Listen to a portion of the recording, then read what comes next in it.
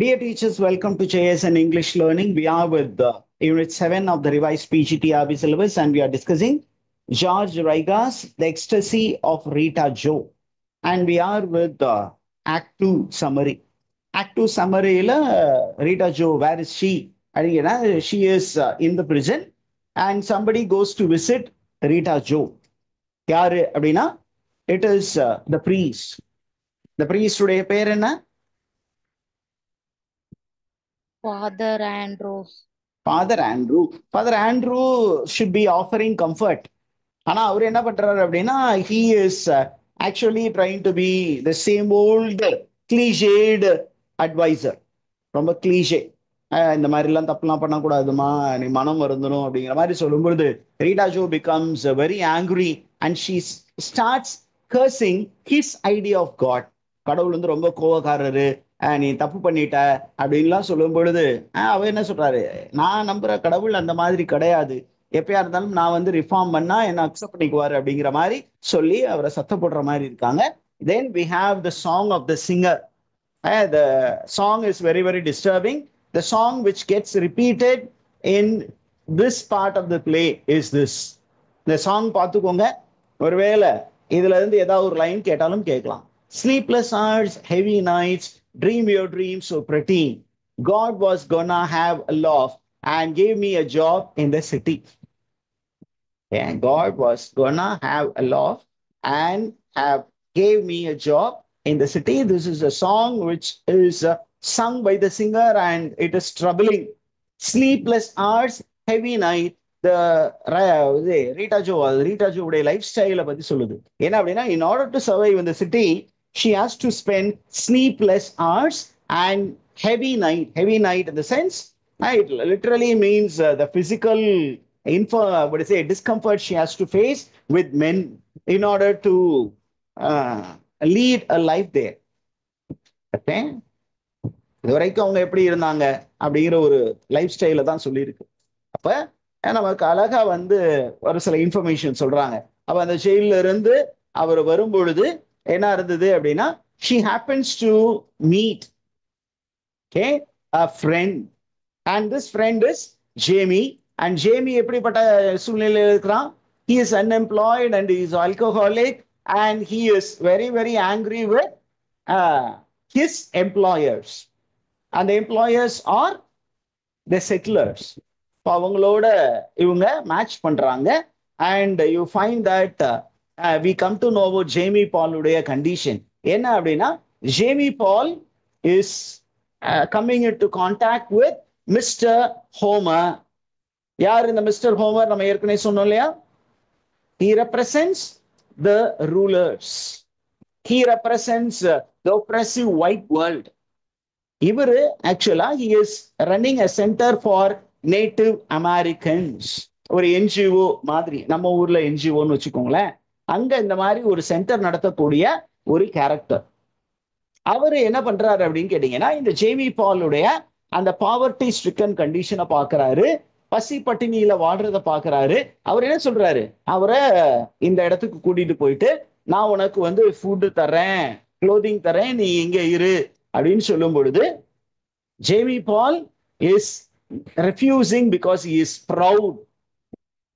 இப்ப ரீட்டா ஜோவுக்கும் அந்த ஆஃபர் கொடுக்கப்படுது. இப்ப ஜேமி பால் வேணான்னு சொல்லும்போது ரீட்டா ஜோ கொஞ்சம் ஹெசிடென்டா இருக்கிறா. ஏன் அப்படி வேணான்னு சொல்றான்? இந்த ஆள் நமக்கு உதவி தானே செய்ய பண்ண பாக்குறாரு, நம்ம அந்த உதவி அக்செப்ட் பண்ணிக்கிட்டா என்ன? ஆனாலும் Jamie Paul is almost like a boy friend. அதனால அவளும் என்ன பண்றா, அந்த இடத்துல இருந்து கிளம்ப பாக்குறா. But who is persisting to accept the offer? Mister Homer பின்னாடி பின்னாடி வந்துகிட்டே இருக்கிறான். பின்னாடியே வந்து அவங்களுக்கு உதவி செய்ய பாக்குறாரு. ஆனா ஜேமி என்ன பண்றான், ரொம்ப கோவப்பட்டு மிஸ்டர் ஹோமரோட சண்டை போட ஆரம்பிக்கிறான். அந்த சண்டையில என்ன நடக்குது அப்படின்னு கேட்டீங்கன்னா, this mister Homer calls Rita Joe. ஏன்னா எந்த சண்டை நடந்தாலும் சரி யாரை இழுக்கிறது அப்படின்னா அந்த லேடிஸை தான் அசோசியேட்டடா இருக்கக்கூடிய லேடிஸை பத்தி தான் ரொம்ப தரை குறைவா பேசுவாங்க. அப்ப அந்த இங்கிலீஷ் மேன், அந்த ஒப்ரசிவ் ஆர்டரை ரெப்ரசென்ட் பண்ணக்கூடிய அந்த மிஸ்டர் ஹோமர் என்ன பண்றாரு, he calls Rita Jo as a slut and whore. நீ ஒரு ஓர், ஒரு ப்ராஸ்டிடியூட் அப்படி பேசணும்னா Rita becomes very wild and Jamie also becomes wild. And என்ன பண்றாங்க, they start fighting against mister Homer. And there is a verbal exchange initially between Rita and Mr. Homer, Jamie and Homer, and later Jamie என்ன பண்றான், he attacks Mr. Homer physically. And then the police is called for, the police arrest பண்ணி என்ன பண்றாங்க, Rita ஜோவையும் ஜேமியையும் magistrate முன்னாடி நிப்பாட்டுறாங்க. and Jamie Paul is sent to prison for 30 days. எல்லாமே இந்த 30 days அப்படிங்கிற ஒரு கணக்கு இங்க இருக்கு. இப்போ டேவிட் ஜோ என்ன பண்றாரு, he comes to the city and finds his daughter and he wants to take என்ன பண்ணணும், ரீட்டா ஜோவை எங்க கூட்டிட்டு போக முடிவு பண்றாரு, ரிசர்வுக்கே வந்துருமா, நீ இங்க இருக்க வேண்டாம் அப்படின்னு சொல்றா. ஆனா ரீட்டா ஜோவுக்கு போகணும்னு தான் ஒரு எண்ணம். ஆனா தன்னோடு தன்னை காப்பாத்துறதுக்காகத்தான் யாரு போய் வந்து மிஸ்டர் ஹோமர் அட்டாக் பண்ணா, ஜேமி பால். அதனால அவனுக்கு லாயலா இருக்கணுங்கிறதுக்காக அப்பா கிட்ட சொல்ற, இல்ல நான் வரமாட்டேன், நான் இங்கேதான் இருக்க போறேன் அப்படின்னு சொல்லி அவ அங்கேயே இருக்கிறா. நவ் என்னாச்சு, Rita Joe is arrested and she is brought before the magistrate. Okay, and என்ன நடக்க போகுது அப்படின்னு கேட்டீங்கன்னா, அந்த ஒரு சீன் இருக்கு, பிரசன்ட் சீன். என்ன அப்படிங்கன்னா, அவளும் வந்து அவளையும் தூக்கி ஒரு 30 நாள் போடுறாங்க. 30 நாள் கழிச்சு 2 பேருமே ஜெயில இருந்து வெளியில வர்றாங்க. யார் 2 பேரும் ஜெயில இருந்து வெளியில வர்றா, ரீட்டா ஜோ and ஜேமி பால். அப்ப இந்த 2 பேருமே என்ன பண்றாங்க அப்படின்னு கேட்டீங்கன்னா, இந்த சிட்டி லைஃப் விட்டு நம்ம நம்ம ரிசர்வுக்கே போயிடலாம் அப்படின்னு போகும்போது ஒன் லாஸ்ட் டைம் அப்படின்னு சொல்லிட்டு அந்த ரயில்வே ஸ்டேஷனை நோக்கி போறாங்க. ஏன்னா அங்க இருந்து ட்ரெயின் ஏறி தான் போய் ஆகணும் அவங்களுடைய ரிசர்வுக்கு. அப்ப அங்க பக்கத்துல ஒரு அபேண்டன்டு பிளேஸ் இருக்கு, அந்த ரயில்வே ஸ்டேஷனுக்கு பக்கத்துல. அவங்க அந்த பக்கம் போகும் பொழுது you find that there are many voices from their past which becomes a frenzied crescendo. அது வந்து அப்படியே நல்ல வாய்ஸ், எல்லாமே பயங்கரமா ஒரு அலறல் மாதிரி இருக்கு. and then you find the witness-ஆ அந்த ஸ்டேஜ்ல ஒரு 3 பேர் வந்தாங்களே, இந்த 3 பேருமே இந்த பேக் ஸ்டேஜ்ல எப்பொழுதுமே they will be loitering. அவங்க என்ன பண்றாங்க, they are coming very close because they are going to do harm to Rita Jo. they are almost assassins. ஏன் அப்படின்னா, இவங்க 2 பேருமே ரொம்ப ஸ்ட்ராங்கான ஒரு இண்டிஜினஸ் கேரக்டர். அப்ப இவங்களை வந்து பனிஷ் பண்ணணும் முடிவு பண்ணியிருக்காங்க. அப்ப என்ன பண்றாங்க, they are trying to rape யாரு, ரீட்டா ஜோ. அண்ட் அவளை காப்பாத்துறதுக்கு ஜேமி பால் போராடுறாரு. அவரை அடிச்சு என்ன பண்றாங்க, அந்த பக்கத்துல வர ட்ரெயினுக்குள்ள தூக்கி போட்டுட்டு ரீட்டா இஸ் கேங் ரேப்.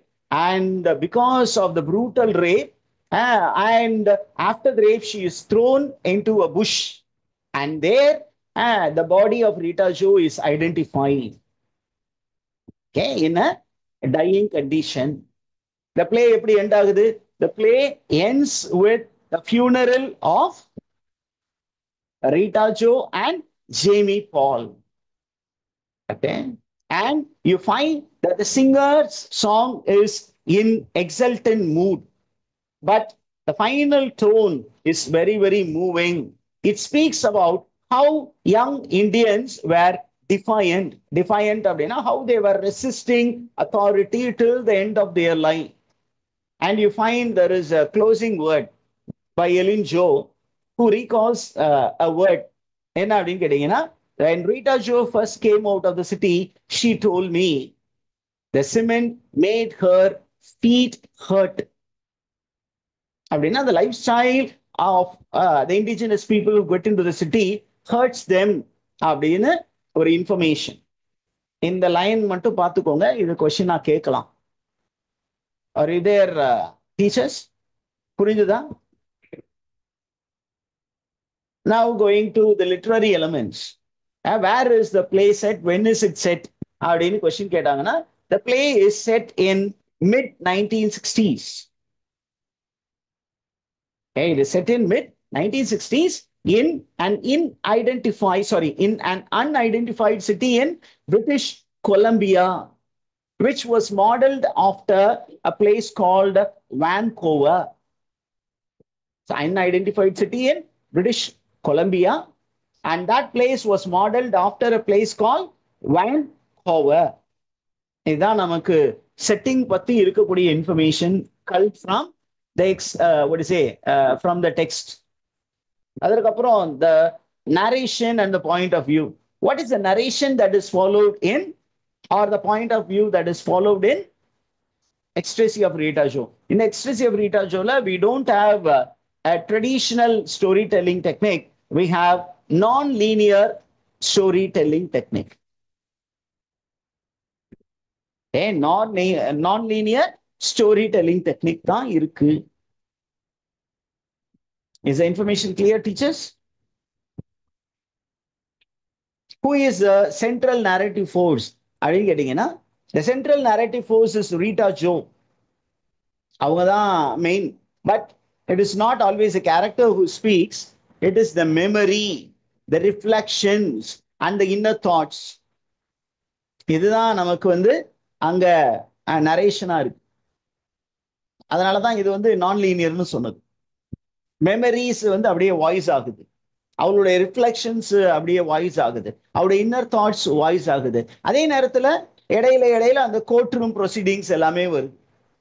இன்னொரு நரேட்டரா யார் இருக்கா அப்படின்னு கேட்டீங்கன்னா, கமெண்டேட்டிவ் ரோல் பிளே பண்ணக்கூடியது த singer. And the singer's song, the mood of the tone in which the singer sings, இது எல்லாமே adds beauty to the play. அப்ப இங்க பாத்தீங்க இந்த ஸ்டோரிக்குள்ளார என்ன இருக்கு அப்படின்னா, ஃபிளாஷ்பேக் இருக்கு. நிறைய flashback as a technique to speak about the past. So automatically narrative becomes very, very fragmented. Okay, it becomes fragmented, and the perspective is introspective perspective. Introspectiveனா உள்நோக்கிய ஒரு பயணம். It speaks about the inner world while exposing the external systematic force. Okay, now coming to the tone. What is the tone and the mood of the play? The tone and the mood of the play, எடுத்துக்கிட்டீங்கன்னா, it is very dark and pessimistic. அவ்வளவுதான். இதுல ரொம்ப முக்கியமா நம்ம பார்க்க வேண்டியது என்ன அப்படின்னு கேட்டீங்கன்னா, the foreshadowing. Is there a technique of foreshadowing அப்படின்னா? Yes. How is it foreshadowed அப்படின்னா, ரீட்டா ஜோவுடைய டெத்தை வந்து முன்னாடியே ஃபோர்ஷேடோ பண்ணிட்டாங்க அந்த பிளேல. எப்படி, என்ன டெக்னிக் அப்படின்னு கேட்டீங்கன்னா, the presence of the murderers on the backstage. எப்பொழுதுமே ஒரு 3 பேர் அப்படியே முறைச்சு அப்படியே வைப்பாங்க. அப்படின்னு என்ன அர்த்தம்? அவங்க ரீட்டா ஷோவை மேல கண்ணு வச்சிருக்கிறாங்க. அவங்க என்ன பண்ண போறாங்க? They are going to rape her and brutally kill her and throw her into a bush. Is the information clear, teachers? Okay, அதுக்கப்புறம் ஒரு அல்யூஷன் இருக்கு. என்ன அல்யூஷன் அப்படின்னு கேட்டீங்கன்னா, Rita Joe, the very character is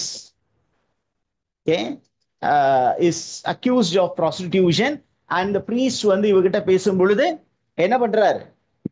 He makes a reference to Mary Magdalene, who is saved by Jesus Christ.